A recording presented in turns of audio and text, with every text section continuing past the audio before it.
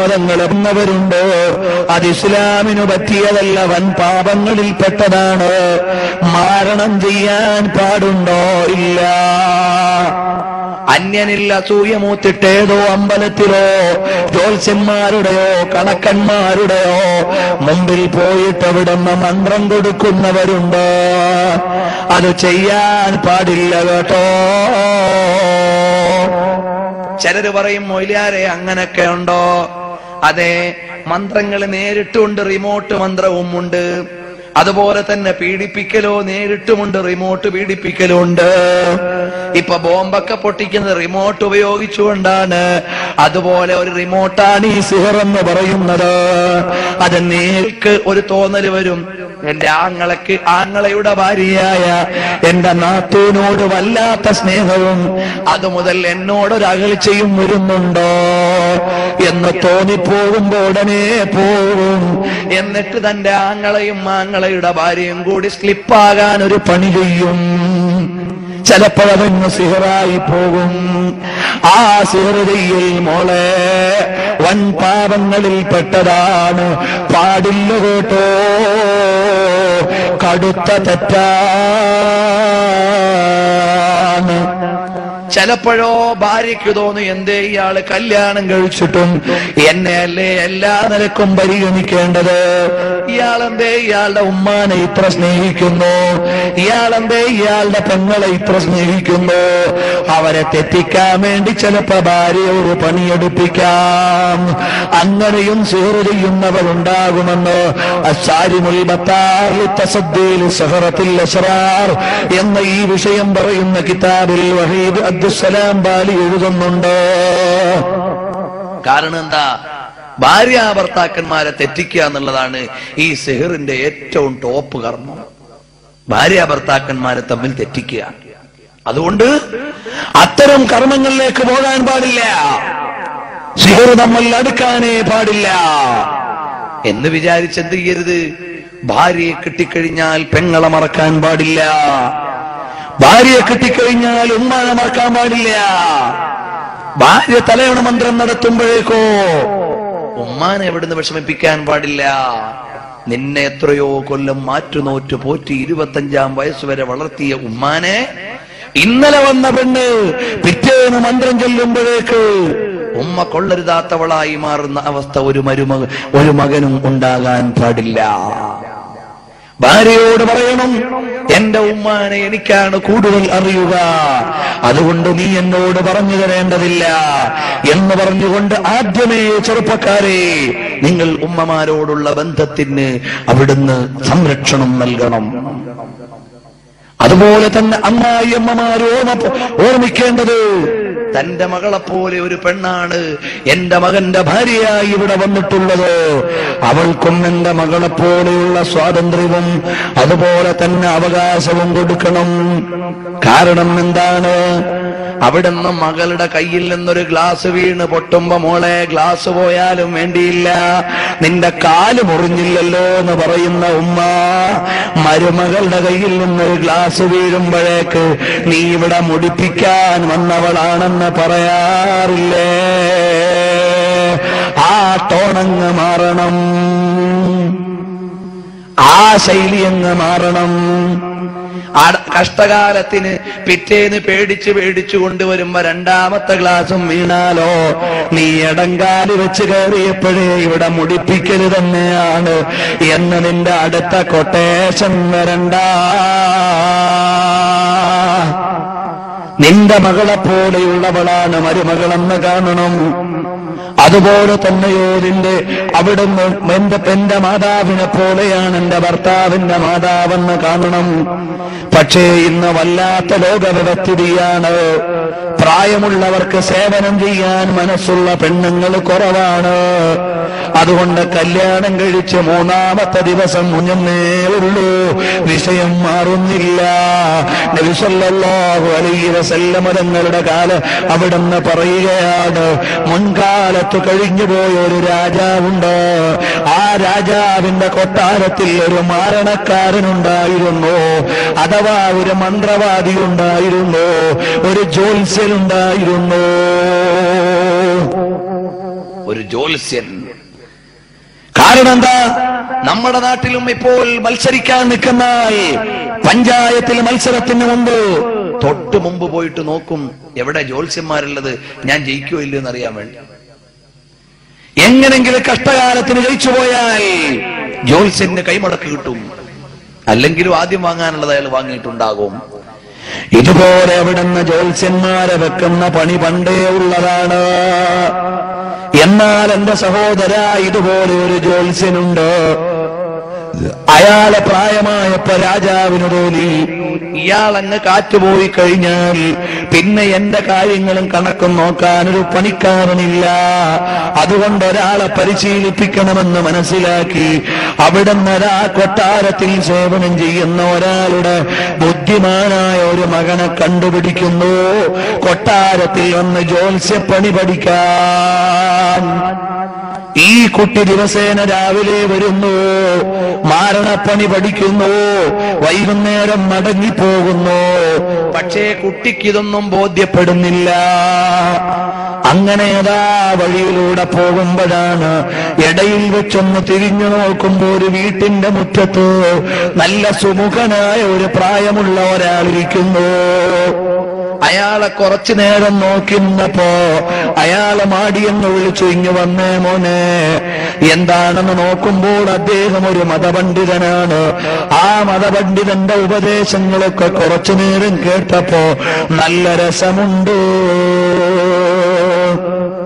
അങ്ങനെ ഇടക്കിടക്കതാ ഈ കുട്ടി അവിടെ കയറാൻ തുടങ്ങി. അവസാനമതാ ആ വ്യവസ്ഥിതികളെ മുഴുവനും മനസ്സിലാക്കിയ കുഞ്ഞ് അവിടുന്നതാ ഒരു ദിവസം ഇങ്ങനെ ആലോചിക്കുകയാണ്, പടച്ചവനെ, ആ മതപണ്ഡിതൻ പറഞ്ഞു തരുന്ന കാര്യങ്ങൾ കേൾക്കാൻ നല്ല രസമുണ്ട്, വിഷയങ്ങളാണെങ്കിൽ ബുദ്ധിക്ക് നല്ല സന്തോഷം തരുന്നുണ്ട്. ആ ജാലവിദ്യകളോ അതൊരു തൃപ്തിയും തരുന്നില്ല. അങ്ങനെ രാവിലെ പോകുമ്പോൾ ആ പാതിരിയുടെ അടുക്കൽ നിന്ന് മതം പഠിക്കുന്നു. വൈകുന്നേരം വരുമ്പോൾ അവിടെ ഒന്ന് കയറി അല്പസമയം ചെലവഴിക്കുന്നു. അവസാനം വീട്ടിൽ വൈകുമ്പോ കുറ്റം പറഞ്ഞു.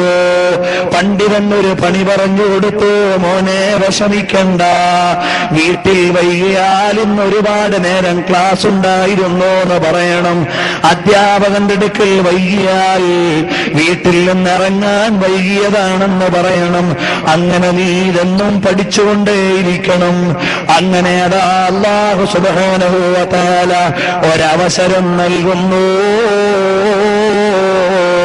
ഒരു ദിവസം രാവിലെ അവിടുന്ന് വഴിയിലേക്ക് ഇറങ്ങുമ്പോ ഒരു വന്യമൃഗം വന്ന് റോഡിന്റെ നടുവിൽ നിൽക്കുകയാണ്. ആളുകൾക്ക് മുഴുവനും ഗതാഗത തടസ്സമായി. റോഡിന്റെ നടുവിൽ ഒരു മൃഗം നിൽക്കുമ്പോൾ ഇത് കേവലം ഒരു കഥയല്ല കേട്ടോ. മദീനയുടെ രാജാവ്, ലോകത്തിന്റെ നേതാവ് ഹബീബി മുഹമ്മദുർ റസൂലുള്ളാഹി സ്വല്ലല്ലാഹു അലൈഹി വസല്ലം തങ്ങൾ പറയുന്ന പഠനമാണ്, അവിടുന്ന് പഠിപ്പിച്ചു തരുന്ന യാഥാർത്ഥ്യമാണ്. അള്ളാന്റെ റസൂല് കളവ് പറയില്ലല്ലോ, കേവലം കഥ പറയില്ലല്ലോ. അവിടുന്ന് സംഭവം അനലൈസ് ചെയ്യുകയാണ്. അപ്പൊ ഈ കുട്ടി തീരുമാനിച്ചു, ഇന്നത്തെ ദിവസം ഞാൻ തീരുമാനിക്കും, ഇതിൽ പാതിരി പറയുന്നതാണോ സത്യം, അതല്ല ജ്യോത്സ്യൻ പറയുന്നതാണോ സത്യം. അങ്ങ് തീരുമാനിക്കാൻ അടുത്തപ്പോൾ അതാ കയ്യിൽ ഒരു കല്ലെടുത്ത് പറഞ്ഞു, ജ്യോത്സ്യന്റെ മതമാണ് സത്യമെങ്കിൽ ഈ കല്ലുകൊണ്ട് ഈ മൃഗത്തേന്ന് പറഞ്ഞൊരു എറു കൊടുത്തു. മൃഗം മാറിയില്ല. രണ്ടാമതൊരു കല്ലെടുത്തു. പാതിരി പറഞ്ഞതുപോലെ അള്ളാഹുവാണ് സത്യമെങ്കിൽ ആ അള്ളാഹുവിന്റെ ഖുദ്റത്ത് കൊണ്ട് ഈ മൃഗം മാറി തരട്ടെ എന്ന് നീയത്ത് ചെയ്തുകൊണ്ട് കൊടുത്തപ്പോൾ മൃഗമങ്ങ് വഴിമാറുന്നു. മൃഗമങ്ങ് വഴിമാറുന്നു. നേരെ പാതിരിയുടെ വീട്ടിലേക്ക് എന്ന് പറഞ്ഞു, ഉസ്താദേ, നിങ്ങൾ പഠിപ്പിച്ചു തന്ന അർച്ചമാണ് സത്യം, എനിക്കെന്ന് ബോധ്യപ്പെട്ടു എന്ന് ഈ സംഭവം പറയുമ്പോ ബഹുമാനപ്പെട്ട മാനായ പണ്ഡിതൻ പറഞ്ഞു, മോനെ ഇനി സൂക്ഷിച്ചു കൊള്ളണം കേട്ടോ, നീ എന്നെക്കാൾ വലിയ പദവി നേടിയവനാണ്, ഇനി നിനക്ക് പരീക്ഷണത്തിന്റെ ദിനരാത്രങ്ങളാണ് എന്ന് പറഞ്ഞിട്ട് പറഞ്ഞു, ആരെങ്കിലും നിന്നോട് ചോദിച്ചാൽ ഞാനാണ് നിനക്ക് ഈ തൗഹീദ് പറഞ്ഞു തന്നതെന്ന് നീ പറയല്ല മോനെ.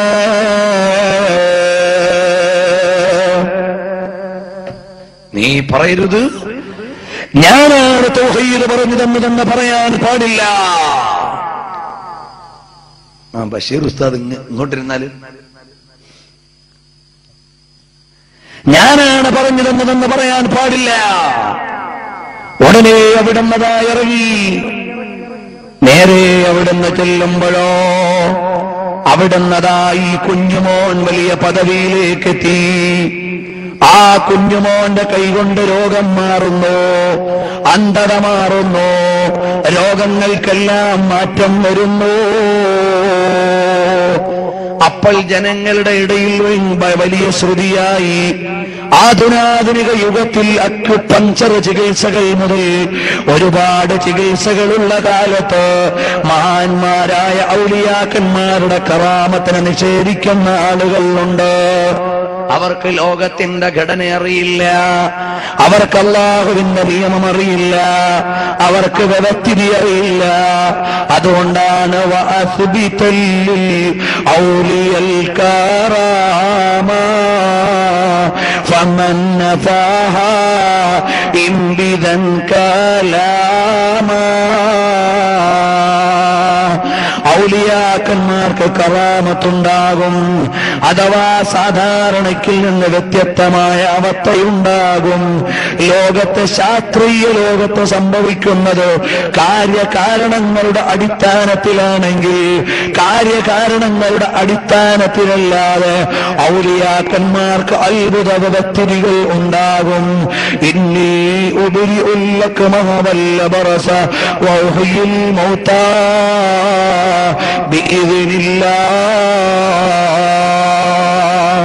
അമ്പിയാക്കളിൽപ്പെട്ട റൂഹുല്ലാഹി ഈസാ അലൈഹിസ്സലാത്തു വസ്സലാം മരണപ്പെട്ടവരെ ജീവിപ്പിച്ചിരുന്നു, വെള്ളപ്പാണ്ടുകാരുടെ രോഗം മാറ്റിയിരുന്നു. അതുപോലെ ഒരുപാട് രോഗങ്ങൾക്ക് ബഹുമാനപ്പെട്ടവർ അവിടുന്ന് ചികിത്സ നടത്തിയിരുന്നു. അഥവാ അവിടുത്തെ കരസ്പർശം കൊണ്ട് രോഗം മാറിയിരുന്നു എന്ന് ഖുർആൻ പഠിപ്പിച്ചതല്ലയോ. അതുകൊണ്ട് പരിശുദ്ധമായ ഖുർആൻ പഠിപ്പിച്ചതാണ്, ഹദീസ് പഠിപ്പിച്ചതാണ്, ഔലിയാക്കന്മാർക്ക് കറാമത്തുണ്ടാകാം. അതുകൊണ്ട് ഔലിയാക്കന്മാരുടെ കറാമത്തിനെ കളിയാക്കുന്നവരുണ്ട്. മുഹീദ്ദീൻ ശൈഖ് റളിയല്ലാഹു അൻഹു ഒരുപാട് കറാമത്തുണ്ട്. ആ കറാമത്തിനെ നിഷേധിക്കുന്ന ആളുകൾ ഇവിടെയുണ്ട്, പുതുതായി കടന്നു വരുന്നുണ്ട്. അവരൊരു കാര്യം മനസ്സിലാക്കേണ്ടതുണ്ട്. മുഹീദ്ദീൻ ശൈഖ് തങ്ങളുടെ കറാമത്തുകളുള്ള മുഹീദ്ദീൻ മാലയെ നിഷേധിക്കുന്ന ആളുകൾ ഇന്ന് ചിലയിടത്തൊക്കെ പൊന്തി വരുന്നുണ്ട്. അവര് പറയുന്നത് മാല ഓവറാണെന്നാണ്. കാരണം അതിൽ ഉള്ളത് മുഴുവനും അവസാനം ഓവർ എന്നാണല്ലോ. അതുകൊണ്ട് മൊത്തത്തിൽ ഇത് ഓവർ എന്നാണെന്ന് പറയുന്നവരുണ്ട്. അവര് വിവരദോഷികളാണ് കേട്ടോ. കാരണം എന്താ? കുപ്പിയാകത്തുള്ളേ വസ്തുവിനെ പോലെ കാൺമാൻ ഞാൻ നിങ്ങളുടെ കൽബാകാമെന്നോവാർ. കുപ്പിയകത്തുള്ള വസ്തുവിനെ പോലെ കാൺമാൻ ഞാൻ നിങ്ങളുടെ കൽബകമെന്നോവർ. ഇത് മുഹീദ്ദീൻ ശൈഖ് തങ്ങളെ പറഞ്ഞത് അവിടുന്ന് ഓവറായി പോയെന്നാണ് ചില ആളുകൾ പറയുന്നത്. അവർക്ക് വിവരമില്ലാത്തത് കൊണ്ടാണ്. കാരണം എന്താണ്? അങ്ങ് നെടുമങ്ങാടുള്ളൊരു ഹോസ്പിറ്റലിലേക്ക് പോയി നോക്ക്, ആറ്റിങ്ങലുള്ളൊരു ഹോസ്പിറ്റലിലേക്ക് പോയി നോക്ക്, അവിടെ സ്കാനർ ചെല്ലുന്നുണ്ടല്ലോ മുഹീദ്ദീൻ മാല. 4-ാം മാസമോ 5-ാം മാസമോ 6-ാം മാസമോ ഒക്കെ ആകുമ്പോ നമ്മുടെ ഗർഭിണികൾ പോയി സ്കാനിങ് നടത്തുന്നുണ്ട്. അപ്പൊ സ്കാനർ ഒരു മൊയ്തീമാല ചൊല്ലുന്നു, കുട്ടിയാകത്തുള്ള വസ്തുവിനെ പോലെ കാൺമാഞ്ഞ നിങ്ങളുടെ കുട്ടിയെ എന്നോ. കുട്ടി ആണാണോ പെണ്ണാണോ എന്ന് വരെ ഡോക്ടർക്കറിയാം. ഇന്ത്യൻ നിയമപ്രകാരം ജെൻഡർ ഡിറ്റർമിനേഷൻ പാടില്ല. പക്ഷേ പിന്നാമ്പുറത്തൂടെ 25,000 കൊടുത്താ പറ്റും. അപ്പൊ ഗൈനക്കോളജിസ്റ്റിന് കൊട്ടാരമുണ്ടാകും. ഏതായാലും അവരറിയുന്നത് ഏതിലൂടെയാണെന്നറിയുമോ? അവിടുന്ന് അല്ലാഹു തആല പടച്ച ഒരു യന്ത്രത്തിന്റെ സഹായത്തോടെയാണ്. എന്നാൽ അല്ലാഹുവിനെ അനുസരിച്ച് ജീവിച്ച ഔലിയാക്കളുടെ കണ്ണിന് അല്ലാഹു തആല ആ പവർ കൊടുത്തുകൂടെയോ? കൊടുക്കാം, അത് കൊടുത്തിട്ടുണ്ട്. അതാണ് മൊയ്തീൻ ശൈഖിന്റെ കറാമത്ത്. അത് ലോകത്തുള്ള സയൻസിന് എതിരല്ല, അല്ലാഹുവിന്റെ ദീനിനും എതിരല്ല. നബി സല്ലല്ലാഹു അലൈഹി വസല്ലം തങ്ങളുടെ മുമ്പിൽ വന്നു. എത്രയോ ആളുകളെ അവിടുന്ന് പറഞ്ഞിട്ടുണ്ട്, എടാ നീ മക്കത്ത് ഇന്നാലിന്റെ കല്ലിന്റെ അടുത്തിരുന്നിട്ട് നിന്റെ കൂട്ടുകാരനോട് എന്നെ കൊല്ലാൻ വേണ്ടി പദ്ധതി ഇട്ടിട്ട് വന്നതല്ലേ എന്ന് ചോദിച്ച സംഭവമുണ്ട്. അതൊക്കെ എന്റെ മറ്റു പ്രവാചകർ സല്ലല്ലാഹു അലൈഹി വസല്ലം തങ്ങളെ കുറിച്ചുള്ള പ്രഭാഷണങ്ങളിലുണ്ട്. അതുകൊണ്ട് ഞാൻ ആവർത്തിക്കുന്നില്ല. അപ്പൊ നബി സല്ലല്ലാഹു അലൈഹി വസല്ലം തങ്ങൾ പറഞ്ഞു, ഔലിയാക്കന്മാർ പറഞ്ഞു, ഔലിയാക്കന്മാർക്ക് അങ്ങനെ കറാമത്തുകൾ ഉണ്ട്, അമ്പിയാക്കന്മാർക്ക് മുഅ്ജിസത്തുകൾ ഉണ്ട്. അതുപോലെ അല്ലാഹു തആല ഇഷ്ടപ്പെട്ട കുട്ടിയാണ് നബി സല്ലല്ലാഹു അലൈഹി വസല്ലം തങ്ങൾ പരിചയപ്പെടുത്തുന്ന കുഞ്ഞ്. ആ കുഞ്ഞതാ കാണിച്ചു തരുന്നു, അന്ധത മാറുന്നു, ബധിരത മാറുന്നു, ഒരുപാട് രോഗങ്ങൾ മാറുമ്പോ അതാ രാജാവിന്റെ അടുക്കലുള്ള മന്ത്രി അറിഞ്ഞു, ഇതുപോലെ ഈ കുട്ടി അത്ഭുത സിദ്ധികൾ കാണിക്കുന്നുണ്ട്. എന്നാ ചില സ്ഥലത്ത് ജാടയും ജടയുമായി ചില കള്ള ശൈഖന്മാരുണ്ട്. അവരിതിൽ വരവ് വെക്കാൻ പറ്റുന്നവരല്ല കേട്ടോ. അള്ളാന്റെ റസൂലിന്റെ ദീനുണ്ടല്ലോ, ആ ദീനിനെതിരായി പ്രവർത്തിക്കുന്ന ഒരൊറ്റ ശൈഖിനെയും അംഗീകരിച്ചുകൂടാ. ഇന്ന് ചില ആളുകൾ, രാഷ്ട്രീയക്കാരുണ്ട്, അല്ലാത്തവരുണ്ട്, സാധാരണക്കാരുണ്ട്, അവരൊക്കെ ഇന്ന് ഞാനും വലിയ ശൈഖ, ഞാനും വലിയ മുറബ്ബിയ എന്ന് പറഞ്ഞ് ഇറങ്ങുന്ന ആളുകളുണ്ട്. അവർക്ക് ശൈഖ് എന്താണെന്ന് പോലും അറിയാത്തവരാണ്. അതുകൊണ്ട് അല്ലാഹുവിന്റെ ദീന് അത് പരിപാലിക്കാത്ത ഒരൊറ്റ ശരീഅ തരീഖത്തും ഇല്ല. അതാണ് സൈനുദ്ദീൻ മഖ്ദൂം തങ്ങൾ പറഞ്ഞു, ഇന്ന തരീഖ ശരീഅത്തുൻ വ തരീഖത്തുൻ. അല്ലാഹുവിന്റെ ദീനാകുന്ന ഇന്ന തരീഖ ശരീഅത്തുൻ വ തരീഖത്തുൻ. അവിടുന്നതാ അല്ലാഹുവിന്റെ ദീനെന്ന് പറഞ്ഞാൽ ആദ്യം ശരീഅത്താണ്, പിന്നീട് തരീഖത്താണ്. സുമ്മ ഹഖീഖത്തുൻ ഫസ്മഅ ലഹാ മാ മുസ്ലിലാ. എടോ മോനെ, ഒന്നാമത് ശരീഅത്താണ്, അഥവാ അല്ലാഹുവിന്റെ ദീനിന്റെ നിയമങ്ങളെയും വിധിവിലക്കുകളെയും അനുസരിച്ച് ജീവിക്കലാണ് ഒന്നാമത്തെ ഘട്ടം. സുമ്മ തരീഖത്തുൻ, പിന്നെയാണ് തരീഖത്തിന്റെ മുറകളിലേക്ക് കടക്കുന്നത്. ആ മുറകളിലൂടെ കടക്കുമ്പോൾ കിട്ടുന്ന സാഫല്യമാണ് ഹഖീഖത്ത് എന്ന് പറയുന്നത്. എന്നിട്ട് അവിടുന്ന് വിശദീകരിക്കുന്നു, അവിടുന്ന് ഫശരീഅത്തുൻ കസഫീനത്തിൻ വതരീഖത്തുൻ കൽബഹരി സുമ്മ ഹഖീഖത്തുൻ ദുർറുൻ വലാ. മോനെ, ശരീഅത്ത് എന്ന് പറഞ്ഞാൽ അത് കപ്പൽ പോലെയാണ്, ത്വരീഖത്ത് എന്ന് പറഞ്ഞാൽ അത് സമുദ്രം പോലെയാണ്, ഹഖീഖത്ത് എന്ന് പറഞ്ഞാൽ സമുദ്രത്തിന്റെ ആഴിയിലുള്ള മുത്തുപോലെയാണ്. അപ്പൊ നീ എന്ത് വേണം? അള്ളാഹുവിന്റെ വിധിവിലക്കുകളെ പാലിക്കണം, അള്ളാഹുവിന്റെ നിയമങ്ങളെ പാലിക്കണം, അള്ളാഹുവിന്റെ നിയമങ്ങളോട് കൂറു പുലർത്തണം. ഇന്ന് ചില ആളുകൾ വലിയ തരീഖത്ത് വാദിക്കുന്നവരുണ്ട്, എന്നിട്ട് അവരുടെ ജീവിതത്തിൽ വല്ല ദീനുമുണ്ടോ? ഒരു ദീനുമില്ല. മുഴുക്കുടിയന്മാരെയും അബ്കാരി കോൺട്രാക്ടർമാരെയും സഖ്യം പിടിച്ചിട്ട് തരീഖത്ത് പ്രചരിപ്പിക്കുന്ന ചില ആളുകൾ ഇന്ന് രംഗപ്രവേശനം ചെയ്യുന്നു. അവർക്ക് ശരീഅത്തിന്റെ ബാലപാഠമറിയുമോ? അവർക്ക് അല്ലാഹുവിന്റെ ദീനറിയുമോ? അവർക്ക് തരീഖത്ത് അറിയുമോ? തൃശൂർ ജില്ലയിൽ വലിയൊരു ഷെയ്ഖുണ്ട്. അയാളെ കണ്ടാൽ ചില ആളുകൾ പറയും ഞങ്ങളുടെ ഷെയ്ഖാണ്, മുറബിയാണ്, ഞങ്ങളെല്ലാം മുരീദാന്നൊക്കെ പറയും. അയാളുടെ ഭാര്യ അയാളുടെ സ്വന്തം പെങ്ങളാണ്. അതിൽ അയാൾക്ക് 2 മക്കളുണ്ട്. ഞാൻ ആ ഷെയ്ഖിന്റെ ആലയത്തിന്റെ അടുക്കൽ പോയിട്ടുണ്ട്, അന്വേഷിച്ചിട്ടുണ്ട്. എനിക്ക് നേരിട്ടറിയുന്ന കാര്യമാണ്. അങ്ങനെ അള്ളാഹുവിന്റെ ദീനിനെ തകർത്തുകൊണ്ട് ചില ആളുകൾ കടന്നു വരുന്നുണ്ട്. അവരുടെ ചതിയിൽ വഞ്ചിക്കപ്പെടാൻ പാടില്ല. ഇമാം സുയൂത്തി തങ്ങൾ പറഞ്ഞു, മോനെ, നല്ല കോളുള്ള സാധനമാണ് തരീഖത്ത്, അതുകൊണ്ട് തന്നെ ഇതിൽ ഡ്യൂപ്ലിക്കേറ്റുകൾ ഇറങ്ങും. ചില ആളുകൾ വലിയ പൊയിലമുടിയും കൊണ്ട് നടക്കും, ചില ആളുകൾ വലിയ ജാടയും കാണിച്ച് നടക്കും. മോനെ, അതിലൊന്നും നീ പെടാൻ പാടില്ല. അള്ളാന്റെ റസൂല് പഠിപ്പിച്ച ദീനുണ്ടല്ലോ, ആ ദീനിനെതിരായി ആര് വന്നാലും നീ അത് സമ്മതിക്കേണ്ടതില്ല. അറിയുമോ, ഇബ്നുൽ ഖത്താബ് തങ്ങളെ പള്ളിയിലേക്ക് ജമാഅത്തിന് ചെല്ലുമ്പോ ആ പള്ളിയുടെ മുറ്റത്ത് ഒരാൾ ജമാഅത്തിന് കൂടാതെ ഇരിക്കുന്നു. അവിടുത്തെ വാളങ്ങൂരി ആരടാ ജമാഅത്ത് നടത്തുമ്പോ ഇവിടെ പുറത്ത് നിസ്കരിക്കാതിരിക്കുന്നു. വാളോങ്ങിയപ്പോഴോ ഇയാള് വലിയ വലിയായിരുന്നു, പറന്നങ്ങ് പോയി.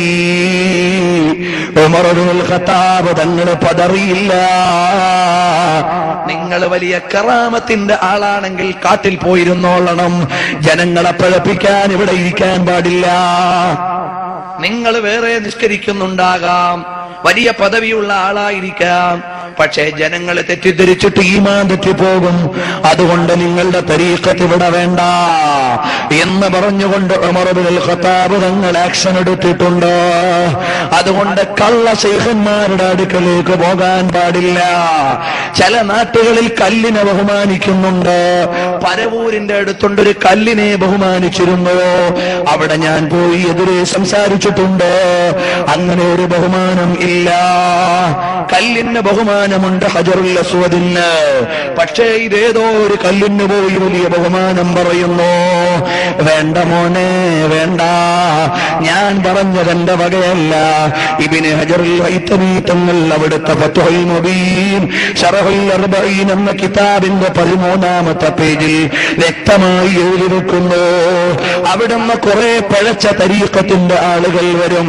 അവര് ജനങ്ങളെ അങ്ങ് പഴപ്പിച്ചു കൊണ്ടുപോകും. അവരോട് പറയേണ്ടത് നല്ല നിലക്കല്ല എന്ന് പറഞ്ഞാൽ അവരെ കുറിച്ച് പറയേണ്ടത് വലിയ ശൈഖന്മാരെന്നെല്ലാവരും പഴപ്പിക്കുന്നവരെന്നാണ്. അതുകൊണ്ട് അത്തരം പിഴച്ച വാദങ്ങളിൽ പെടാൻ പാടില്ല. അതുപോലെ വഞ്ചിക്കപ്പെടുന്ന കുറെ ശൈഖന്മാരുണ്ട്, അതിലൊന്നും പെടല്ലേ. വലിയ കറാമത്തുകൾ അല്ലാഹുവിന്റെ ഔലിയാക്കന്മാർക്കുണ്ട്. മുഹയ്യിദ്ദീൻ ശൈഖ് തങ്ങൾ ആരാണ്? അല്ലാഹുവിന്റെ ദീനിന്റെ നിയമങ്ങളെ പാലിച്ച മഹാനാണ്. അശ്ശാഫിഈയ ഫസുർ തൽഹംബലിയ ബിലാ ഹജ്റിൽ ലിതഹ്താത ബിൽ ഖൈറൈനി മുഅ്തദിലാ. അവിടുന്ന് ശാഫിഈ മദ്ഹബ് അനുസരിച്ച് ജീവിച്ച മഹാനാണ്. പിന്നീട് സ്വപ്നത്തിൽ അഹ്മദ് ബിൻ ഹംബൽ തങ്ങൾ വന്ന് പറഞ്ഞു, അല്ലയോ മുഹീദ്ദീൻ അബ്ദുൽ ഖാദിർ ജീലാനി, അത് ശാഫി ഇമാമിന് ഒരുപാട് അനുയായികളുണ്ടല്ലോ, നിങ്ങൾ എന്റെ മദ്ഹബിലേക്കൊന്ന് മാറിയാൽ അവിടുന്ന് ഒരുപാട് ആളുകൾ ഞാൻ പഠിപ്പിച്ച പാഠം കൂടി പഠിക്കുമല്ലോ എന്ന് അഹ്മദ് ബിൻ ഹംബൽ തങ്ങളെന്ന് വന്ന് പറയുമ്പോ ഹംബലി മദ്ഹബിലേക്ക് മാറുന്നു. കാരണം എന്താണ്? ശാഫി ഇമാം തങ്ങൾ ബഹുമാനിച്ച ശിഷ്യനാണ് അഹ്മദ് ബിൻ ഹംബൽ തങ്ങൾ. അതുകൊണ്ടാണല്ലോ ഞാൻ ഓർമ്മപ്പെടുത്തിയിട്ടുണ്ട്, അഹ്മദ് ബിൻ ഹംബൽ തങ്ങൾ അള്ളാഹുവിന്റെ കലാമാകുന്ന ഖുർആൻ അള്ളാഹുവിന്റെ കലാമാണെന്ന് പറഞ്ഞപ്പോ അന്നത്തെ ഭരണാധികാരികൾ തല്ലിക്കളഞ്ഞു. അത് ബഗ്ദാദിൽ വെച്ചാണ് സംഭവിച്ചത്. ഇത് ഈജിപ്തിൽ നിന്ന് ബഹുമാനപ്പെട്ട ശാഫി ഇമാം തങ്ങൾ അറിഞ്ഞു. ഉടനെ പറഞ്ഞു, എന്റെ ശിഷ്യനായ അഹ്മദ് ബിൻ ഹംബലിന് തല്ലുകെട്ടിയ കുപ്പായം ഇങ്ങ് ഈജിപ്തിലേക്കൊന്ന് കൊടുത്തുവിടണം. ആരാണ്? ഉസ്താദായ ശാഫി ഇമാം തങ്ങളാണ് കേട്ടോ. ഇമാമു അഹ്ലുസുന്ന അഹ്മദ് ബിൻ ഹംബൽ തങ്ങൾക്ക് തല്ലുകെട്ടിയ കുപ്പായം അവിടുന്ന് ഈജിപ്തിലേക്ക് വരുത്തിയിട്ട് ശാഫി ഇമാം തങ്ങൾ എന്ത് ചെയ്തെന്നറിയുമോ? ആ കുപ്പായം കഴുകിയ വെള്ളമങ്ങ് കുടിക്കുന്നു. ഇബ്നു കസീർ രേഖപ്പെടുത്തിയില്ലേ?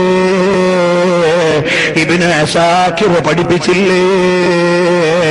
ഇമാമുകളായ ഇമാമുകളെല്ലാം അവരുടെ കിതാബുകളിൽ എഴുതിയില്ലേ? അപ്പൊ ബറക്കത്തെടുക്കൽ അല്ലാഹുവിന്റെ ഔലിയാക്കൾ പഠിപ്പിച്ചതാണ്. നബി സല്ലല്ലാഹു അലൈഹി വസല്ലം തങ്ങളുടെ കുപ്പായം കൊണ്ട് ബറക്കത്തെടുത്തു, അവിടുത്തെ മുടി കൊണ്ട് ബറക്കത്തെടുത്തു. നബി സല്ലല്ലാഹു അലൈഹി വസല്ലം തങ്ങളുടെ സൗന്ദര്യം എന്ന പ്രസംഗത്തിൽ നബി സല്ലല്ലാഹു അലൈഹി വസല്ലം തങ്ങളുടെ മുടി കൊണ്ട് ബറക്കത്തെടുത്ത സംഭവങ്ങൾ പലതും ഞാൻ ഉദ്ധരിച്ചിട്ടുണ്ട്. CD വാങ്ങിയവരിതിലുണ്ട്, അല്ലാത്തവർ ഇൻഷാ അല്ലാഹ് നാളെ ഇവിടെ എത്തുമ്പോ വാങ്ങിയിട്ടൊന്ന് കേട്ടു നോക്കൂ. അതിലതാ നബി സല്ലല്ലാഹു അലൈഹി വസല്ലം തങ്ങളുടെ മുടി കൊണ്ട് ബറക്കത്തെടുത്തവർ, അതിട്ട വെള്ളം കുടിച്ചവർ, ആ മുടി വായിലിട്ടിട്ട് അതിന്റെ നനവുള്ള തുപ്പുനീര് ബറക്കത്തിന് വേണ്ടി വിഴുങ്ങിയവർ, അവിടുത്തെ മുടി വെച്ചിട്ട് ജനാസയിലേക്ക് ബറക്കത്തിന് വേണ്ടി വെക്കാൻ അവിടുന്ന് വസീയത്ത് ചെയ്തിരുന്നവർ, അവരുടെ സംഭവങ്ങളൊക്കെ അതിൽ ഞാൻ രേഖപ്പെടുത്തിയിട്ടുണ്ട്. അല്ലാഹു തആല അവരുടെയൊക്കെ ബറക്കത്ത് കൊണ്ട് നമുക്ക് ഈമാൻ നൽകട്ടെ. അറിയുമോ, നബി സല്ലല്ലാഹു അലൈഹി വസല്ലം തങ്ങൾ പറയുന്നു, ഈ കുഞ്ഞുമോനങ്ങ് വലിയ പാട്ടായപ്പോ രാജാവിന്റെ അടുക്കൽ ഒരു മന്ത്രിയുണ്ട്. അയാള് കണ്ണ് കാണാൻ പറ്റാത്തയാളാണ്, അന്ധനായ മന്ത്രിയാണ്. അയാളൊന്ന് പോയി നോക്കി, ബിഅതായ കസീറ, ഒരുപാട് സമ്മാനവും കൊണ്ടൊന്ന് പോയി. ബിഹദായ കസീറ, ഒരുപാട് ഹദിയയും കൊണ്ടുപോയിട്ട് പറഞ്ഞടാ മോനെ, നീ അന്ധത മാറ്റുന്നു എന്ന് ഞാൻ അറിഞ്ഞു, എന്റെ അന്ധതയൊന്ന് മാറ്റിത്താടാ. ഉടനെ ആ കുഞ്ഞു പറഞ്ഞു, എനിക്കങ്ങനെ കഴിവൊന്നുമില്ല, അള്ളാഹുവാണ് മാറ്റുന്നത് കേട്ടോ. നിങ്ങൾ അള്ളാഹുവിൽ വിശ്വസിച്ചാൽ ഞാൻ മാറ്റിത്തരാം, അഥവാ അള്ളാഹിനോട് ഞാൻ ദുആരക്കാം, അപ്പൊ അള്ളാഹ് അങ്ങ് മാറ്റിത്തരും. ഉടനെ ആമന ബില്ലാഹി, അയാൾ അള്ളാഹുവിനെ കൊണ്ടാ മന്ത്രി വിശ്വസിച്ചു. ഈ കുഞ്ഞങ്ങ് ദുആരുന്നു, ആ മന്ത്രിയുടെ കാഴ്ചയങ്ങ് അള്ളാഹു തആല നൽകി. അപ്പോഴേക്ക് രാജാവിന് തലവേദനയായി. അയാൾ ഈ കുഞ്ഞിനെ വിളിച്ചിട്ട് അതാ ചോദിച്ചു, ആരാടാ നിനക്ക് ആദർശമൊക്കെ പഠിപ്പിച്ചു തന്നത് ആരാടാ? ഞങ്ങളുടെ ദൈവത്തെ വിട്ടിട്ട് അള്ളാഹുവിൽ വിശ്വസിക്കണമെന്ന് പറഞ്ഞതാരാടാ? ഫദല്ല അലർറാഹിബി, അവസാനം ആ കുട്ടി നിക്കക്കള്ളിയില്ലാതെ പറഞ്ഞു, ഇന്നാരിന്നടത്തുള്ള മുസ്ലിയാര് പറഞ്ഞു തന്നതാണ്. നേരെ അവിടുന്ന് പാതിരിയെ അങ്ങ് വിളിച്ചു. ഹദീസിൽ വ്യക്തമായി ഉള്ളതാണ്. അവിടുന്ന് വിളിച്ചിട്ട് പറഞ്ഞു, എടോ നിങ്ങളുടെ മതമങ്ങ് മാറ്റണം, സാധ്യമല്ല, സാധ്യമല്ല. ഉടനെ മൂർധാവിലേക്ക് ഈർച്ചവാള് വെച്ചിട്ട് മരമറുക്കുന്ന വാള് മൂർധാവിൽ വെച്ച് നേരെ താഴോട്ടങ്ങറുക്കുന്നു. രണ്ടു പീസാക്കി എന്ന് മാറ്റുന്നു. പേടിയില്ല. ലം യഖ്ശൽ ലൗമത ലൈമിൻ ഫീഹിൽ. അറിയുമോ ജുനൈദുൽ ബഗ്ദാദി തങ്ങൾ അവിടുന്ന് വഫാത്തായി. പിൽക്കാലത്ത് ഒരുപാട് പേര് അവിടുന്ന് സ്വപ്നത്തിൽ കണ്ടു. യാ അബുൽ ഖാസിം മാദാ ഫഅലല്ലാഹു ബിക. അല്ലയോ അബുൽ ഖാസിം, ഹുദാത്തുൽ ഉമ്മാൻ ജൗഹറത്തുൽ തൗഹീദ് എന്ന കിതാബിൽ കാണാം. അല്ലയോ അബുൽ ഖാസിമായ ജുനൈദുൽ ബഗ്ദാദി തങ്ങളെ, നിങ്ങൾ എന്തേ? അവിടുന്ന് നിങ്ങളുടെ അവസ്ഥ എന്താണ്? അൽഹംദുലില്ലാഹ് ഖദ് നജൂതു മിനദ് ദുനിയാ അൽ ഫാസിദ. വളരെ മോശമായ ദുനിയാവിൽ നിന്ന് ഞാൻ രക്ഷപ്പെട്ടല്ലോ. ആഖിറമാകുന്ന ആനുകൂല്യത്തിന്റെ വീട്ടിലാണ്. ഇവിടെ ബേജാറില്ല. അഹ്മദ് ബിൻ ഹംബൽ തങ്ങളതാ വഫാത്തായി. കാലങ്ങൾ കഴിഞ്ഞപ്പോഴോ ഒരുപാട് മഹാന്മാരെ പരസ്പരം സ്വപ്നത്തിൽ മരണപ്പെട്ടവരെ കണ്ടു. അപ്പോൾ ചോദിച്ചു, മാദാ ഫഅലല്ലാഹു ബി അഖീനാ. അഹ്മദ് ബിൻ ഹംബലിന് അല്ലാഹു തആല എന്തു ചെയ്തു? ഉടനെ അവിടുന്ന് മറുപടി വന്നു, വഹുവ ഫീ ബാബിൽ ജന്ന യശ്ഫഉ ലി അഹ്ലി സുന്ന. അഹ്മദ് ബിൻ ഹംബൽ തങ്ങൾ സ്വർഗത്തിന്റെ വാതിൽക്കൽ നിന്ന് അല്ലാഹുവിന്റെ ഖുർആനും അവിടുത്തെ റസൂലുള്ളാഹിന്റെ ഹദീസും അനുസരിച്ച് ജീവിക്കുന്ന സുന്നത്ത് ജമാഅത്തിന്റെ ആളുകൾക്ക് ശഫാഅത്ത് ചെയ്യുന്നുണ്ട്. ഇതുള്ളവർക്കുണ്ടോ ദുനിയാവിലെ ഭീഷണിയിൽ ഒരു പേടി? ഒരു പേടിയും വേണ്ട മോനെ. അള്ളയാണ് അധികാരി. അല്ലാഹുവാണ് വായു തരുന്നവൻ. അള്ളയാണ് വെള്ളം തരുന്നവൻ. ആ ഈമാൻ നിന്റെ ഖൽബിൽ വെച്ചോ. ഞാൻ ചുരുക്കി പറയട്ടെ, അതാ ബഹുമാനപ്പെട്ട സയ്യിദുനാ റസൂലുള്ളാഹി തങ്ങൾ പഠിപ്പിക്കുകയാണ്. ആ പാതിരിയെ അങ്ങ് കൊന്നുമാറ്റി. ഈ കുഞ്ഞിനെ കൂടി കൊന്നാൽ അവിടെ ഈമാൻ അങ്ങ് തകരുമെന്ന് വിചാരിച്ചു. ഈ കുഞ്ഞിനെ ഒരുപാട് പ്രീണനം നടത്തി നോക്കി, നടന്നില്ല. ഒരുപാട് പീഡനം നടത്തി നോക്കി, വിജയിച്ചില്ല. അവസാനം അവിടുന്ന് ഓർഡർ ചെയ്തു, ഈ കുഞ്ഞിനെയും കൊണ്ട് മലയുടെ മുകളിൽ പോകണം. മലയുടെ മുകളിൽ പോയിട്ട് അവന്റെ ആദർശം മാറ്റാൻ പറയണം. മാറിയില്ലെങ്കിൽ അതിന്റെ മുകളിൽ നിന്ന് ഉരുട്ടിയങ്ങ് കൊന്നേക്കണം എന്നവിടുന്ന് പറയുന്നു. ഈ കുഞ്ഞിനെയും കൊണ്ട് ഒരു സംഘമാലകൾ പർവ്വതത്തിന്റെ മുഖത്തേക്ക് പോയി. കുഞ്ഞവിടുന്ന് ഒരൊറ്റ ദുആയാണ്, അല്ലാഹുമ്മ മക്കിൻഹും ബിമാ ശിഅത. അല്ലാഹുവേ, നിനക്ക് ഉദ്ദേശിച്ചതുപോലെ നീ ഇവരെ ഒതുക്കി തരണേ അല്ലാ എന്നൊരൊറ്റ ദുആയാണ്. ആ മലയുടെ മുകളിലേക്ക് ചെല്ലുമ്പോഴേക്ക് കൊണ്ടുപോയവര് മുഴുവനും പരാജയപ്പെട്ടു. കുഞ്ഞുമോനതാ വരുന്നു. എവിടാടാ നിന്റെ കൂടെ വന്നവരൊക്കെ? അവരൊക്കെ ഹലാക്കായി പോയി. എന്നെ അല്ലാഹു രക്ഷപ്പെടുത്തി. കുഞ്ഞിനെ കൊണ്ട് കുടുങ്ങിയില്ലേ? രണ്ടാമത് ഈ കുഞ്ഞിനെയും കൊണ്ട് കടലിന്റെ നടുവിൽ പോകാൻ പറഞ്ഞു. ഈ കുഞ്ഞിനെയും കൊണ്ട് കടലിന്റെ നടുവിൽ ചെന്നു കഴിഞ്ഞിട്ട് ഈമാനിൽ നിന്ന് മാറിയില്ലെങ്കിൽ കടലിലെറിയാൻ പറഞ്ഞു. ഉടനെ കുട്ടിയുടെ ദുആയാണ്, അല്ലാഹുവേ, അല്ലാഹുമ്മ മക്കിൻഹും ബിമാ ശിഅത. അല്ലാ, നിന്റെ ഉദ്ദേശം പോലെ ഇവരെ അങ്ങ് ഒതുക്കി തരണേ അല്ലാ. ലാ തുസല്ലിതുഹും അലയ്യ. അവരെ എന്റെ മേലെ അധീശപ്പെടുത്തല്ലേ അല്ലാ. കടലിന്റെ നടുവിലേക്ക് ചെല്ലുന്നു. കൊണ്ടുപോയവര് മുഴുവനും മുങ്ങിച്ചാവുന്നു. കൊട്ടിയതാ ഒരു പലകയിൽ കരക്കെത്തിയിട്ട് തിരിച്ചു കൊട്ടാരത്തിൽ വരുന്നു. എവിടെ പോയടോ നിന്റെ കൂട്ടുകാരന്മാരെല്ലാം? ഖദ് ഹലകൂ. അവരെല്ലാവരും നശിച്ചുപോയി. അവസാനം ഈ കുട്ടി പറഞ്ഞു, നിങ്ങൾക്ക് എന്നെ കൊന്നാ പോരെ, ഞാൻ അതിനൊരു പണി നിങ്ങൾക്ക് പറഞ്ഞു തരാം. അതാണ് കേട്ടോ ഈമാനിന്റെ വർത്തമാനം. നിങ്ങൾക്ക് എന്നെ കൊന്നാ പോരെ, ഞാനൊരു പണി പറഞ്ഞു തരാം. ആ പണി എന്താണ്? ഇവിടെയുള്ള വലിയ മൈതാനത്തിലേക്ക് എല്ലാ ജനങ്ങളെയും ഒരുമിച്ച് കൂട്ടിക്കോ. ഒരുമിച്ച് കൂട്ടിയിട്ട് അതിന്റെ നടുവിൽ എന്നെ നിങ്ങൾ നിർത്തണം. നിർത്തിയിട്ട് നിങ്ങൾ എന്തു ചെയ്യണമെന്നറിയുമോ? എന്റെ ആവനാഴിയിൽ നിന്നൊരമ്പെടുക്കണം.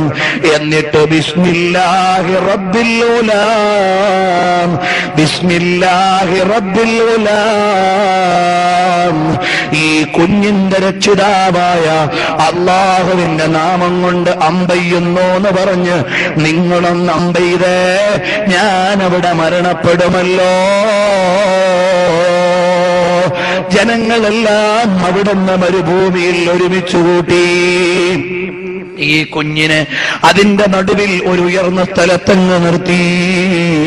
കുഞ്ഞൊരൊറ്റ പ്രസംഗമാണ്, ലാ ഇലാഹ ഇല്ലല്ലാഹയെ കുറിച്ചൊരു പ്രസംഗം. അത് പറഞ്ഞു കഴിഞ്ഞപ്പോഴോ ആവനാഴി